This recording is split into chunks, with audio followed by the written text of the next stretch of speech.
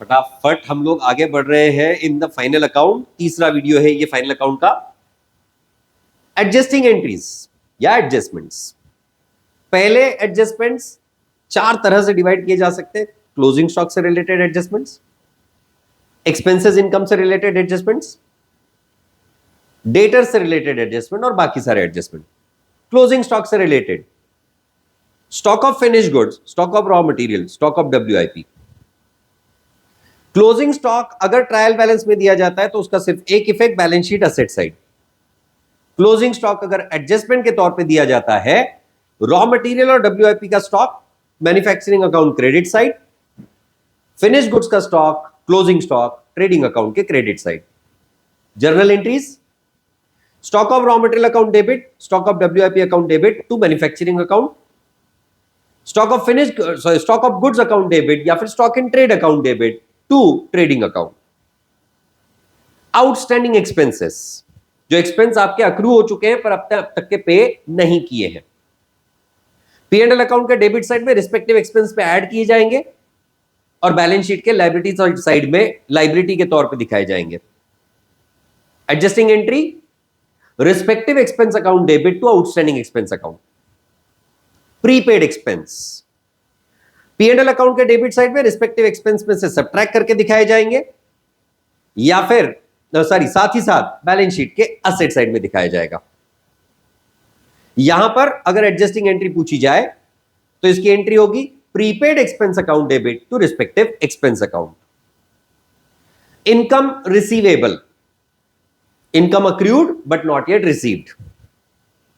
P&L account के credit side में income को ऐड होक कर दिया जाएगा और बैलेंस शीट के एसेट साइड में इनकम रिसीवेबल, ये स्पेशली अप्लाई होता है इन्वेस्टमेंट्स के तौर पे।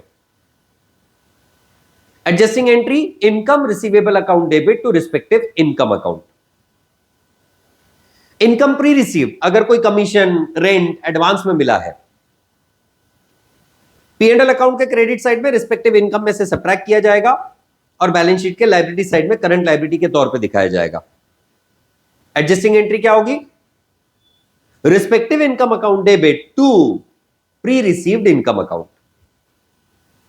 डेटर से रिलेटेड बैड डेट्स अगर एडजस्टमेंट के तौर पे दिए गए हैं, entry bad debt account debit to debtor account. P&L account में बैड डेट्स में ऐड किए जाएंगे और बैलेंस शीट में डेटर्स में से सब्ट्रैक्ट किया जाएगा। प्रोविजन फॉर डाउटफुल डेट, इसकी एडजस्टमेंट कैसे की जाए मैं सीक्वेंस बताता हूं। डेटर्स एज गिवन में से पहले आपको डेटर के सारे एडजस्टमेंट खत्म कर देने हैं। मतलब अगर किसी कॉमन डेटर को पैसे देने हैं तो रिड्यूस दैट। अगर डेटर से रिलेटेड कोई sales unrecorded, sales recorded as purchase, इस तरह के एडजस्टमेंट दिए हैं तो उसको रेक्टिफाई कर लेना है। जो बैलेंस डेटर बचेगा उसमें से फर्दर बैड डेट सब्ट्रैक्ट करने हैं। उसके बाद प्रोविजन फॉर डाउटफुल डेट को सब्ट्रैक्ट करना है। उसके बाद provision for discount on debtors को सब्ट्रैक्ट करके बैलेंसिंग फिगर बैलेंस शीट के एसेट साइड में दिखेगी। हालांकि P&L अकाउंट के डेबिट साइड में new provision plus old provision plus new bad debt, I am sorry once again, new provision plus new bad debt plus old bad debt minus old provision, balance outer amount column. इसके लिए आप working note बना सकते हो in the form of a provision for doubtful date account. Credit side में आएगा old provision, debit side में आएगा न्यू प्रोविजन जो कि आपने बैलेंस शीट के डेटर में से सब्ट्रैक्ट किए।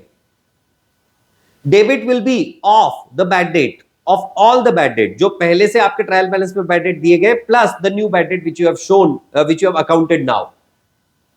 और जो बैलेंसिंग फिगर आएगी that will be debited to the profit and loss account. आप चाहे अकाउंट फॉर्म से करो या आप एडलेस मेथड से करो, किसी भी तरह का प्रेजेंटेशन एक्सेप्टेबल है। डेप्रिसिएशन के adjustment, reduce from respective asset in the balance sheet asset side and show it in the P&L account debit side। पर अगर आप मैन्युफैक्चरिंग अकाउंट भी बना रहे हो तो प्लांट एंड मशीनरी से रिलेटेड, फैक्ट्री शेड से रिलेटेड जो डेप्रिसिएशन आएगा वो मैन्युफैक्चरिंग अकाउंट में जाएगा। मैनेजरियल कमीशन, पहले प्रॉफिट कैलकुलेट कर लीजिए टेंटेटिव बेसिस पे, दिए गए कैलकुलेशन के हिसाब से मैनेजरियल कमीशन कैलकुलेट करिए। P&L अकाउंट को डेबिट होगा, बैलेंस शीट की लायबिलिटी साइड में आएगा। Accounting entry commission account debit to commission payable account. तो ये थे सारे के सारे adjustments when it comes to the final account. I hope the things are going good. आप बहुत अच्छा कर रहे हो और श्योरली इस एग्जाम को पास करोगे। Thank you.